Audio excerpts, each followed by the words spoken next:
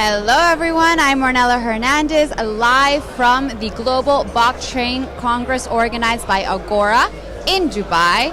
I'm covering this event live and sitting down here with Sasha, who is the co-founder at VC firm Arcanum Ventures. How are you today, Sasha? I'm wonderful. Thanks for inviting me on here. It's incredible to be here at the 13th annual Global Blockchain Congress. Yeah. Is it your first time at an Agora event? It's my first time in Dubai, actually. Oh, yeah. welcome. Yeah, to be honest, I kind of try and avoid the city. I'm not a fan of big cities. Okay, where are you visiting from? I'm visiting from Thailand. So I normally... You live in not a big city in Thailand? I normally live on a small remote island. Oh. Or on the beach somewhere in Vietnam. I've been based out of Southeast Asia for a while. But it's amazing to come here and meet so many people. I think Dubai has this concentration of, I guess you call them entrepreneurs. Yeah. But people that are very they have this entrepreneurial spirit. They're very excited to meet each other and find ways to collaborate. So it's like a strange hub where there's so much creativity constantly coming out of here. So it's interesting being here. Okay. But to be honest, I'm kind of ready to go back. I need some trees. So did you experience last week's festivities and events and Storm as well? Were you in town for that? I did some of it. So I think I dodged the bullet. I arrived after this kind of positioning itself as a global thought leader in this industry, among many others. And I've been having this conversation a lot with many different people. The idea that the government wants to become more progressive in this industry and eventually attract a lot of this industry's GDP, if you will, because they're going to be in a very advantageous position to try and turning on, there we go, Americans United. It's kind of funny turning on the TV and seeing regulators still asking, what is Bitcoin? I thought we'd be past that by now. But apparently not. I think that's also why we're all here. And again, I felt that way too after last week's Token 2049 week, that Dubai is really trying to cement itself as some people say the next Silicon Valley, but especially when it comes to crypto. And the government's the one pushing that. So yeah, let's keep that moving forward. Now tell me a little bit more about you, Sasha, and your work and your role within the greater industry. Sure. So I started in this industry a number of years back. I worked with a venture studio.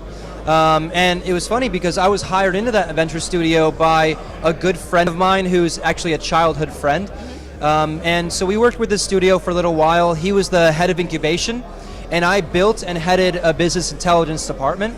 And together we took maybe 70, 75 Web3 based projects to market. But there was a turning point where we realized we wanted to work with teams and companies that we like working with. We decided to start Arcanum Ventures out of this sort of ethos that we want to help back the teams and help back products that are impactful in a positive way in this industry. Okay. We want to try and work with teams that we enjoy working with, but also products that are solving existing issues, not only in Web3 and outside of Web3. Okay. So we have a venture capital investment fund, and we also advise a number of projects in the space. In addition to that, we create educational content, both written and video content for founders and investors. All right. So what does that mean exactly when you say that you were looking at companies or projects that have an impact? What does it mean to have an impact in the blockchain and Web3 industry? So first and foremost, there's a baseline ethical framework that we follow. So for example, we don't believe in gambling. We wouldn't back any project that has any sort of aspect of gambling in there. For this same reason, there's a lot of, let's say, shaky or DeFi that we're not so interested in.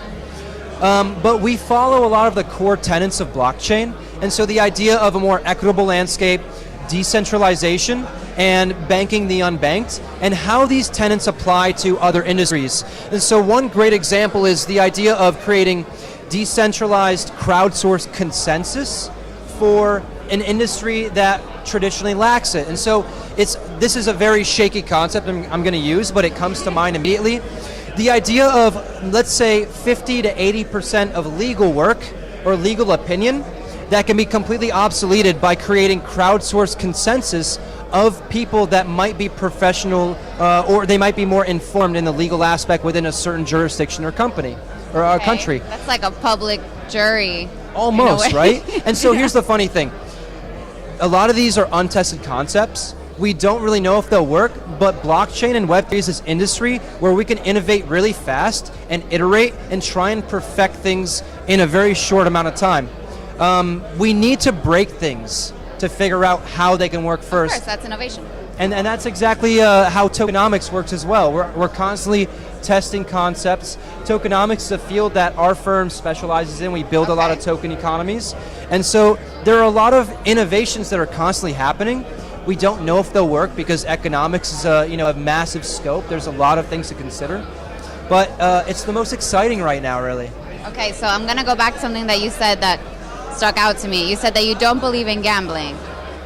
But crypto trading is a form of gambling, I think. It's speculation in a way. Absolutely. So how do you rationalize that in your ethos?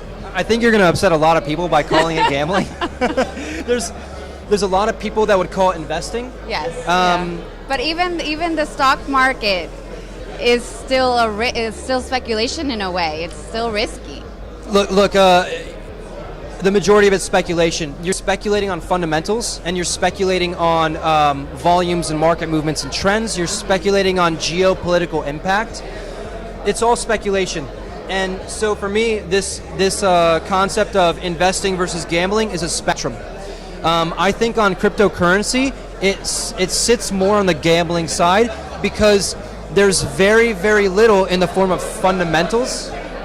In the context of what you might consider a fundamental for the stock market. Obviously, there are some fundamentals you could look at.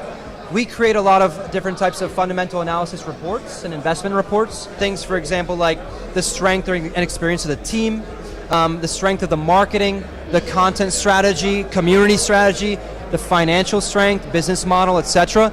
But in a startup, we know that it's messy, right? Right. A lot of this stuff can change. So people that are trading cryptocurrencies, in my mind, are essentially gambling. They're gambling because they're taking much higher risks than they would with regulated assets. Right. Okay, so I agree with you there. All right, so Sasha, what is the best way for someone to reach out? Video interviews and different types of content focused towards founders and investors, like I mentioned before. And we're going to be at a number of conferences this year. So we don't traditionally go out to conferences, but we're making the circuit. So just reach out whenever you can. We're everywhere. Okay, amazing. I'm sure I'll see you around. Thank you so much for your time today. Thank you so much for the interview. It was a pleasure, really. And enjoy the rest of the Global Blockchain Congress. Thank you.